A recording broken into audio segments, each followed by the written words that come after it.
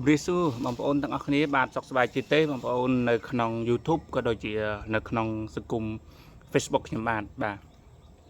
ហើយខ្ញុំរៀងរយានៃការបញ្ចេញវីដេអូជាយូរដែរបាទមិនសូវដែលបានចេញប្រហែលទេបាទដោយសារវីដេអូខ្លះវាអាចថាដដែលក៏ថាបានហើយចំពោះវីដេអូខ្លះដែលចេញទៅវាចាស់អ្នកចុច Subscribe ឬក៏អ្នកជាវដែលគាត់មើលទៅគាត់អាចធុញដែរបាទប៉ុន្តែសម្រាប់អ្នកថ្មីដែលគាត់មើលថាថ្មីសម្រាប់គាត់ក៏គាត់មិនធុញទេបាទហើយថ្ងៃនេះបងប្អូនដូចខ្ញុំបានបង្ហាញក្បាលវីដេអូមុនអញ្ចឹងបាទបងខ្ញុំកំពុងតែហូបផ្លែព្រីងបាទហើយបងប្អូនដឹងហើយថារដូវនេះគឺជារដូវផ្លែព្រីងច្រើនហើយដើម្បីដែលខ្ញុំកត់សម្គាល់មើលបងប្អូនក្នុងឆ្នាំនេះអ្វីដែលផ្លែច្រើនដូចនៅខាងសៀមរាបយើងបងប្អូនមានផ្លែគុយបាទផ្លែកូលែនផ្លែសេមនផ្លែព្រីងផ្លែស្វាយបាទផ្លែច្រើនមែនតើក្នុងរដូវនេះបាទប៉ុន្តែអ្វីដែលខ្ញុំចង់បង្ហាញបងប្អូនទាំងអស់គ្នាថ្ងៃនេះគឺខ្ញុំលើកយកតែផ្លែព្រីងទេបាទផ្លែព្រីងដោយសារសម្បូរផងបងប្អូនខ្លះគាត់ហូបគ្រាន់តែមកជួយមិនបានតែមកឆ្ងាញ់ហើយហូបដើម្បីការអត់សុខរបស់គាត់ហូបដើម្បីភាពជូរសាបមាត់របស់គាត់បាទប៉ុន្តែគាត់មិនដឹងថាព្រីងនេះផ្ដល់ផលប្រយោជន៍អ្វីខ្លះទៅលើសុខភាពទេបងប្អូនព្រីងអត់មានប៉ះពាល់ទៅលើសុខភាពទេផ្ទុយទៅវិញគឺវាជួយសុខភាពពុកម៉ែបងប្អូនទាំងអស់គ្នាឲ្យល្អប្រសើរវិញទេបាទសម្រក់ទម្ងន់ដោយសារតែក្នុងផ្លែរបស់ព្រីងគឺវាមានកាឡូរីទាបបាទដូច្នេះហើយវាមិនធ្វើឲ្យយើងឡើងគីឡូទេហើយផ្លែព្រីងនេះបងប្អូននៅក្នុងឯកសារឲ្យខ្ញុំបានស្រាវជ្រាវឬក៏ដូចជា Hello Pet ដែលតើតើទៅនឹងសុខភាពហ្នឹងក៏គេបានផ្សព្វផ្សាយដែរមិនថាតែនេះទេគឺខ្ញុំបានស្រាវជ្រាវទៅតាមpage ឬក៏ website នេះហ្នឹងគឺគេថាផ្លែព្រីងនេះវាផ្ទុកទៅដោយវីតាមីន C បាទ calcium magnesium បាទ acid folic បាទអញ្ចឹងវាជួយឲ្យបងប្អូនមាន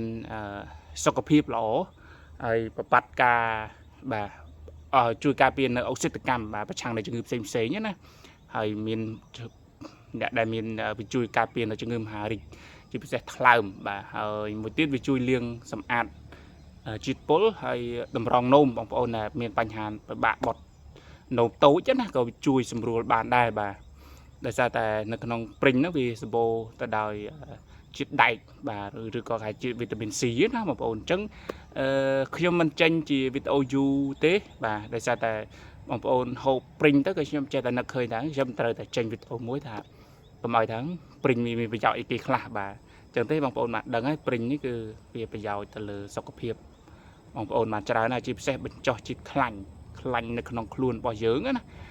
បងប្អូនដែលមានបញ្ហាខ្លាញ់លើសអីហ្នឹងគឺវាជួយបញ្ចុះខ្លាញ់បងប្អូនឲ្យប្រសើរផងដែរបាទខ្លាញ់អាក្រក់ណាបងប្អូនអញ្ចឹងទេហូបទៅអត់មានបញ្ហាអីទេហើយមួយទៀត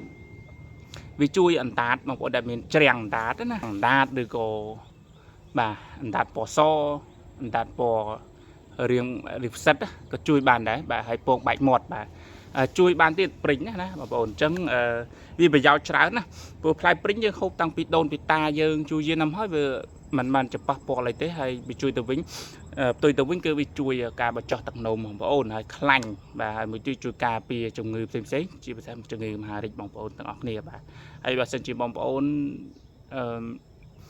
មិនជឿខ្ញុំបងប្អូនអាចស្រាវជ្រាវនៅក្នុងវីដេអូផ្សេងតាម Facebook ឬក៏ website ផ្សេងបងប្អូននឹងដឹងបន្ថែមបាទហើយ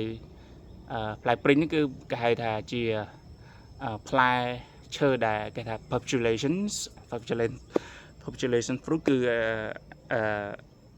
ផ្លែឈើដែលមានប្រជាប្រិយភាពបាទពេញនិយមដែលគេចូលចិត្តញ៉ាំណាស់ហើយមកកំប៉ុងវាជួនកាល3000ទៅ2000បាទនៅខាងខេត្តសៀមរាបជើងណាមានព្រីងធំមានព្រីងតូចជាដើមព្រីងតូចវាចង់ផ្អែមជាងព្រីងធំយើងបាទគ្រាន់តែវាមិនសូវជាមានសាច់ច្រើនជាងផ្លែធំតែប៉ុណ្្នឹងទេបាទអញ្ចឹងអរគុណច្រើនបងប្អូនអរគ្នាហើយជួយចែករំលែកវីដេអូនេះទៅបាទតគ្នាផងដើម្បីជាចំណេះដឹងមួយហើយមួយទៀតក៏សូមអធិស្ឋានបើសិនជានិយាយខុសបាទហើយកុំភ្លេចណា share តគ្នាបងប្អូនអរគ្នាអរគុណបាទជម្រាបលា